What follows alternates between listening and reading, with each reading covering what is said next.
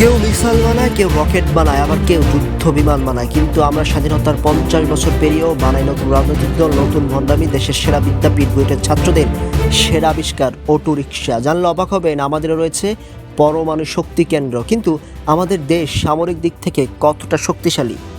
আমরা এখনও ব্যস্ত চেতনা বিক্রি করতে, রাজনীতি, দুর্নীতি, ঘুষ, চাঁদাবাজি ইত্যাদি নিয়ে ব্যস্ত বর্তমান রাষ্ট্র।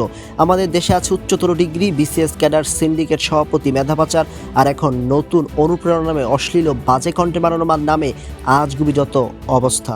কিন্তু তৃতীয় বিশ্বযুদ্ধের মতো একটি মহাপ্রলয় শুরু হলে বাংলাদেশের সক্ষমতা কী? বাংলাদেশের অর্থনীতি মূলত দুটি বস্তুর উপর দাঁড়িয়ে, তৈরি পোশাক শিল্প এবং রেমিটেন্স।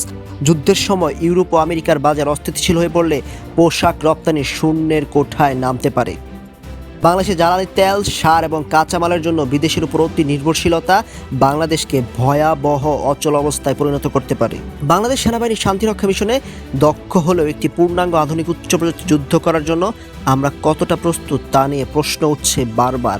ভারী অস্ত্রের অভাব, আমাদের কোনো নিজস্ব ভারী প্রতিরক্ষা শিল্প নেই, ড্রোন প্রযুক্তি, মিসাইল ডিফেন্স সিস্টেম এবং ইলেকট্রনিক ওয়ারফেয়ারে আমরা বৈশ্বিক শক্তির তুলনায় অনেক পিছিয়ে। বাংলাদেশের রাজনৈতিক কৌশলগতভাবে সুবিধাজনক হলেও যুদ্ধের সময় এটি অভিশাপ হয়ে দাঁড়াতে পারে। ভারত এবং চীনের মধ্যে কোন পক্ষ নিতে বাধ্য হওয়া বাংলাদেশের জন্য আত্মঘাতী হতে পারে। নিরপেক্ষ থাকার সুযোগ তখন নাও থাকতে। বাংলাদেশের বিদ্যুৎ উৎপাদন ব্যবস্থার একটি বড় অংশ আমদানিকৃত এলএনজি এবং কয়লার উপর নির্ভরশীল। অন্ধকারাচ্ছন্ন দেশ, যুদ্ধের শুরুতে যদি জ্বালানি আমদানি বন্ধ হয়ে যায় তবে শিল্প কারখানা তো বটেই, এমনকি হাসপাতাল ও জরুরি সেবাগুলো চালানো অসম্ভব হয়ে পড়ে।